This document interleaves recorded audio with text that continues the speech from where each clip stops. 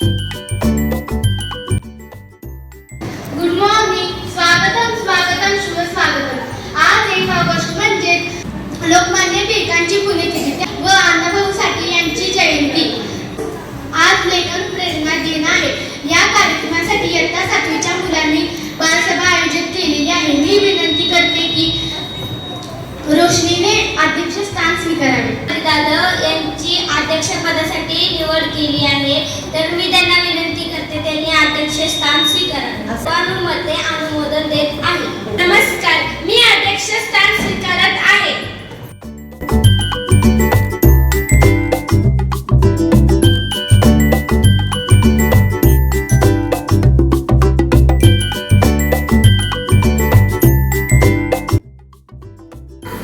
माझे नाव आहे निहाल अश्विन पाटील. मी आता पहिलीत शिकत आहे. रोज मला गोटी गोटीचा नाव गोटी गोटीचा नाव राजा हा माझा जन्मसिद्ध हक्क आहे असं लोकमान्य टिळकांनी घोषणा सांगितली. आपल्या रत्नागिरी जिल्ह्यात दापोली नावाचा तालुका आहे. या तालुक्यात चिखल गावाचा गाव आहे. या गावात 23 जुलै 1856 रोजी टिळकांचा जन्म झाला. टिळकांच्या आईचे नाव पार्वतीबाई. बाळाच्या पाण्यातले नाव ठेवले होते केशव, पण सर्वजण त्याला बाळ या नावाने हाक मारायचे. बाळाचे वडील गंगाधर हे शिक्षण होते. त्यांची कीर्ती बाळाला शाळेत घातल्यापूर्वी गंगाधर पत्नाने त्याला घरी शिक्षण दिले होते. स्वराज्य माझा जन्मसिद्ध हक्क आहे आणि तो मी मिळवणारच अशी घोषणा केली होती. त्यांच्या आईचे नाव पार्वतीबाई होते व वडिलांचे नाव गंगाधर पंत होते. त्यांचा जन्म 23 जुलै 1856 रोजी चिखले या गावी झाला. टिळकांचा जन्म 23 जुलै 1856 रोजी चिखल गावी झाला. लोकमान्य टिळकांच्या आईचे नाव पार्वतीबाई होते. लोकमान्य टिळकांच्या वडिलांचे नाव पंत होते. लोकमान्य टिळकांनी केसरी आणि मराठी ही 2 वृत्तपत्रे काढली. वर्तमानपत्रामध्ये एक लेख लिहिला होता टिळकांनी की सरकारचं डोकं ठिकाणावर आहे का, त्याला हेडलाईन म्हणतात, मथळा म्हणतात, कळत नाही.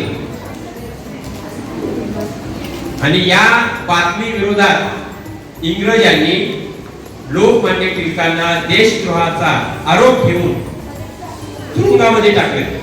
तुरुंगामध्ये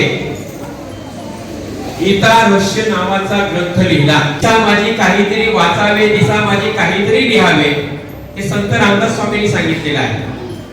आणि म्हणून मंडालेच्या तुरुंगामध्ये शिक्षा भोगत असताना सुद्धा टिळकांनी काय केलेलं आहे, गीता रहस्य नावाचा ग्रंथ लिहिला. शेवटी 1 ऑगस्ट 1920 ला त्यांची प्राणज्योत काय केलेली आहे, मावळलेली आहे. अण्णाभाऊ साठे हे लोकशाहीर आहे. लोकांनी दिलेली त्यांना शाहीर ही पदवी आहे. त्यांचा जन्म 1 ऑगस्ट 1920 वाटेगाव, सांगली जिल्हा आणि महाराष्ट्रामध्ये, आणि त्यांचा मृत्यू झालेला आहे 18 जुलै 1969 मुंबई.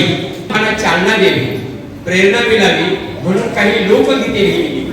साहित्य, लोककला आणि सामाजिक प्रबोधन, या प्रबोधनामधून त्यांनी लोकांमध्ये जनजागृती केली. माझ्या जीवाची मुठी या खायली, माझी महिला गावाकडे राहिली, माझ्या जीवाची मुठी या खायली.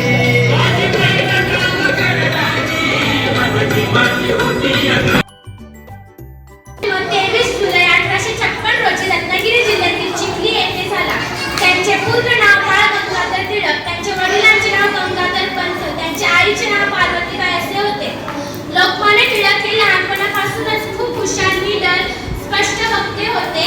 त्यांना अन्यायाविरुद्ध खूप चीड होती. त्यांनी केसरी आणि मराठा ही वृत्तपत्रे सुरू करून लोकांमध्ये देशभक्ती जागवली. त्यांनी लोकांना एकत्र आणण्यासाठी गणेश उत्सव, शिवजयंती यासारखे सार्वजनिक सण सुरू केले. त्यांच्या विचाराने लाखो लोक प्रेरित झाले. लोक त्यांना आदराने लोकमान्य असे म्हणत. त्यांनी आपल्या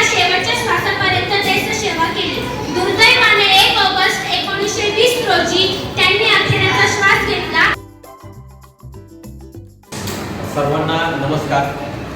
आज लोकमान्य टिळक पुण्यतिथी आणि लोकशाहीर अण्णाभाऊ साठे यांच्या जयंतीचं औचित्य साधून रायगड जिल्हा परिषद प्राथमिक शाळा नवीन सेवे येथे उरण तालुका प्रतियोगिता स्पर्धा संपन्न होत आहे.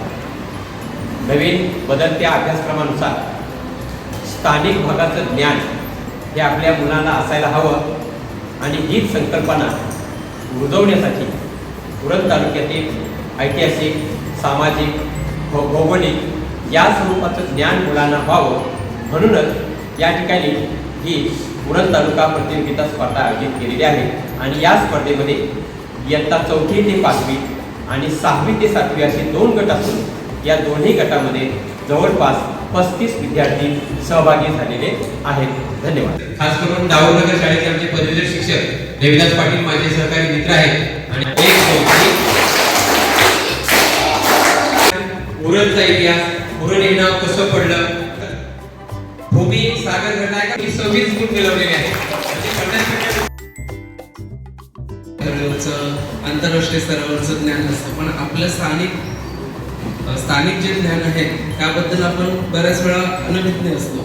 तर ती ओळख सुद्धा आपल्याला व्हायला पाहिजे. आणि हा सरांचा जो उपक्रम आहे तो खूप छान आहे, कौतुकास्पद आहे की आपण सुरुवात जे पहिले आपल्यापासून करायला पाहिजे. आपण कोण आहोत, आपली जमीन कशी आहे, आपला जवळ आहे,